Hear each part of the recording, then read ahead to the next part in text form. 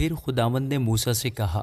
کہ بنی اسرائیل سے کہے، جب کوئی مرد یا عورت نذیر کی منت یعنی اپنے آپ کو خداوند کی الگ رکھنے کی خاص منت مانے تو وہ مے اور شراب سے پرہیز کرے، اور مے کا یا شراب کا سرکہ نہ پیے، اور نہ انگور کا رس پیے، اور نہ تازہ یا خشک انگور کھائے، اور اپنی نذرات کے تمام ایام میں بیج سے لے کر چھلکے تک جو کچھ انگور کے درخت میں پیدا ہو اسے نہ کھائے، اور اس کی نذرات کی منت کے دنوں میں اس کے سر پر اس طرح نہ پھیرا جائے جب تک وہ مدت جس کے لیے وہ خداوند کا نذیر بنا ہے پوری نہ ہو، تب تک وہ مقدس رہے اور اپنے سر کے بالوں کی لٹوں کو بڑھنے دے۔ ان تمام ایام میں جب وہ خداوند کا نذیر ہو، وہ کسی لاش کے نزدیک نہ جائے۔ وہ اپنے باپ یا ماں یا بھائی یا بہن کی خاطر بھی جب وہ مریں اپنے آپ کو نجس نہ کرے، کیونکہ اس کی نذرات جو خدا کے لیے ہے اس کے سر پر ہے۔ وہ اپنی نذرات کی پوری مدت تک خداوند کے لیے مقدس ہے۔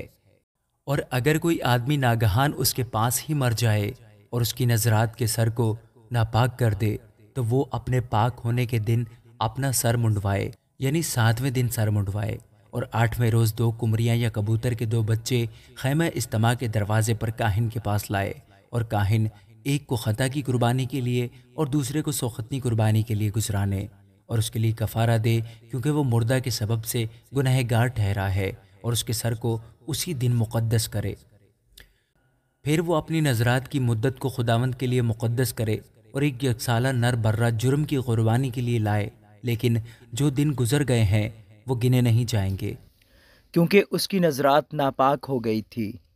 اور نذیر کے لیے شرع یہ ہے کہ جب اس کی نذرات کے دن پورے ہو جائیں تو وہ خیمہ اجتماع کے دروازے پر حاضر کیا جائے، اور وہ خداوند کے حضور اپنا چڑھاوا چڑھائے، یعنی سوختی قربانی کے لیے ایک بے عیب یکسالہ نر برہ، اور خطا کی قربانی کے لیے ایک بے عیب یکسالہ مادہ برہ، اور سلامتی کی قربانی کے لیے ایک بے عیب مینڈا، اور بے خمیری روٹیوں کی ایک ٹوکری،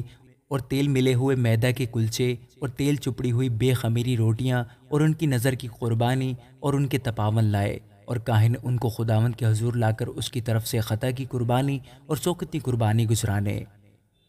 اور اس مینڈے کو بے خمیری روٹیوں کی ٹوکری کے ساتھ خداوند کے حضور سلامتی کی قربانی کے طور پر گزرانے، اور کاہن اس کی نظر کی قربانی اور اس کا تپاون بھی چڑھائے۔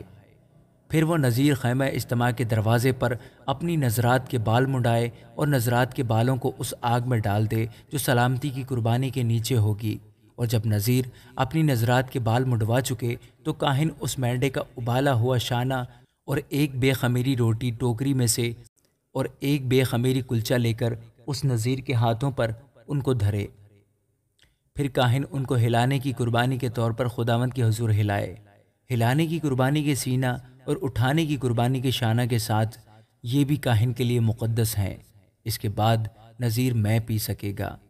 نذیر جو منت مانے اور جو چڑھاوا اپنی نذرات کے لیے خداوند کے حضور لائے، علاوہ اس کے جس کا اسے مقدور ہو، ان سبوں کے بارے میں شرع یہ ہے، جیسی منت اس نے مانی ہو ویسا ہی اس کو نذرات کی شرع کے مطابق عمل کرنا پڑے گا۔ اور خداوند نے موسیٰ سے کہا، ہارون اور اس کے بیٹوں سے کہہ کہ تم بنی اسرائیل کو اس طرح دعا دیا کرنا، تم ان سے کہنا،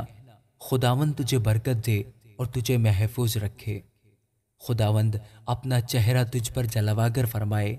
اور تجھ پر مہربان رہے، خداوند اپنا چہرہ تیری طرف متوجہ کرے اور تجھے سلامتی بخشے۔ اس طرح وہ میرے نام کو بنی اسرائیل پر رکھیں اور میں ان کو برکت بخشوں گا۔ آمین۔